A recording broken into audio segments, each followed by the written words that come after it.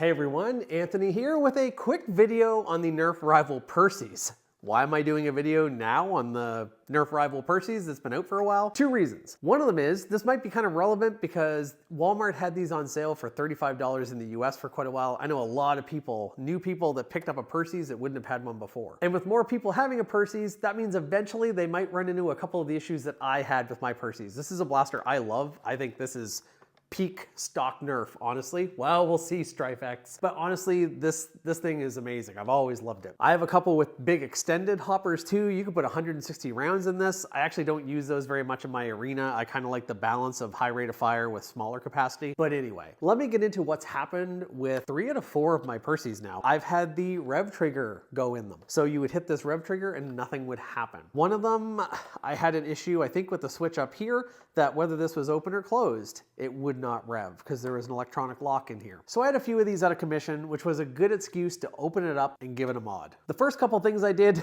I made it that you could rev this even when this hopper door is open. It used to be not the case. If the jam door is open, it will still rev as well. I just bypassed the lock up here. I also did some modding to this. I sanded this down. The Perses, probably one of its only really big flaws is the release for this entire hopper. This entire hopper would pop out and there was a big button to do that. It was like a big hook. You would accidentally catch it all the time. I don't know how many people drop their entire Perses hopper on the ground. So I sanded that down, but I also 3D printed a little part that I really like that just basically wedges in. It's from Thingiverse. I'll put the link down below. It just locks in there so that you cannot accidentally open it, but you can still pry it out with your fingers if you need to. And I think that's super cool. There are other solutions for the whole hopper lever problem. I'm not the first to notice that. Some people have a little key that you take out this whole slide altogether. You can put in a key and release it. Some people have designed, really slim buttons that would go in there so you're less likely to catch them. But I think this just cramming a lock in there is actually a genius idea. A couple other things this mod did. This mod actually replaced the stock switches on the rev and firing switch with 21 amp Omron switches. So much better switches that are gonna last for a long time. And last but not least, we can run the stock 9.6 battery, or if you look in here, there's an XT60, we can actually run a 3S LiPo to get an extra 15 to 20 FPS out of this blaster. It gets 100 stock and about 8 rounds a second, and with a 3S LiPo, it gets, I don't know, maybe 12 rounds a second, and it'll do in the high 115 to 120. How do I do all this, Anthony? It sounds great. Well, I'll tell you. Well, actually, I'm not going to tell you. I'm going to refer you to Luke from Out of Darts, his mod guide for the Perses. He has a great guide for this. He goes over everything. So I'm going to point you there so you can do the mods that I did following his guide. There's no point in me recreating it. He has special switch mounts available to make mounting the new switches a breeze, super easy.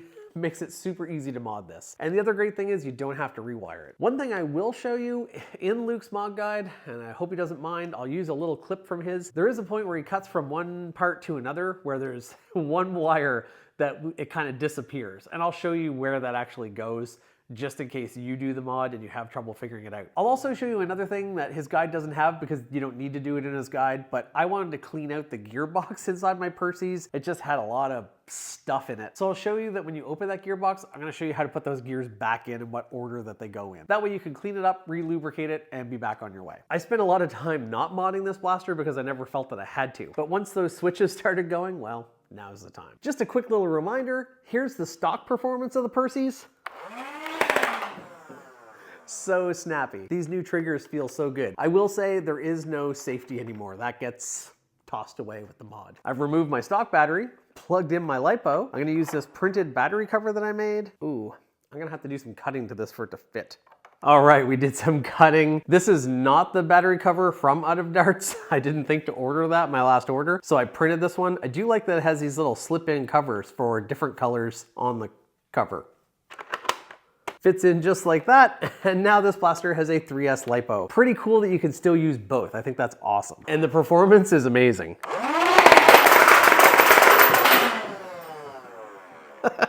So fast, so snappy. So definitely a mod worth doing. I mean, especially if you have issues and your switches stop working, you have nothing to lose. So this is what it looks like inside of this modded blaster. I'm not going to go through the entire mod. Luke from Out of Darts has an excellent mod video on that you can go and check out.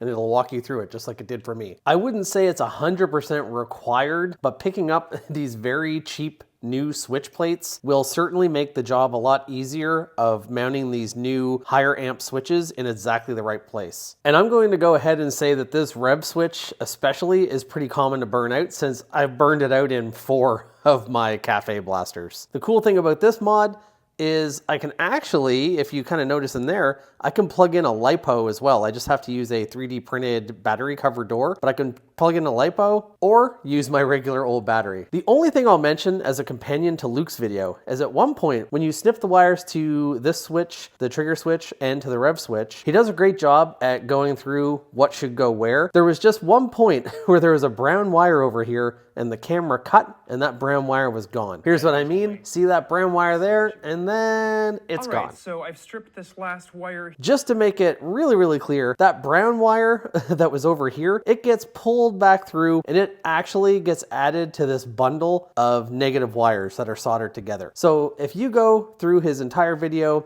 you can't go wrong. If you do find that you're a little unsure about that wire, just remember it comes back into this bundle. Here it is right here. You can definitely figure it out from the video, but I know I had a little bit of doubt because there were so many wires, so I just thought I would clarify that for all of you. The only other thing I'll show you from that video is I ended up having to desolder the board that's on this pusher motor, and I ended up opening up this gearbox and cleaning it out because I had so much debris in there. So the following is just a little bit of a video on what order those gears go back together. I ruined this board. I was just going to use the stock motors and stock wiring as Luke suggests from his Auto Darts guide, but I had to solder to the pusher motor directly. And while messing around with it, the gearbox opened and all the gears fell out. So here's the order that they go in. First, we have this little plastic piece here. It goes down and it fits right in a groove. Boop. We take this rod and this gear and we put it beside it. Then we take this darker one with the teeth facing up and we put it there. We can put the little rod through here. Then we take these two gears, put them together, put the long side down. Last but not least, we take the longest rod and this piece that goes through and connects onto the gear of the tread, and we put it in here. And when it's all closed up, everything works together. Hope it helps. So there you have it. Not a mod guide, just a little companion piece for that full mod that you should go check out. So if you're having trouble, or even if you aren't, this is a really good mod to do because you're still able to run it stock and you can run it with a LiPo. That's it for me. I hope you learned something in this video that you didn't know before. Go check out that guide from Luke at Out of Darts. Get a very few amount of parts and you can have a heck of a little upgrade. I'm very happy with this. I need to do it to my other 3.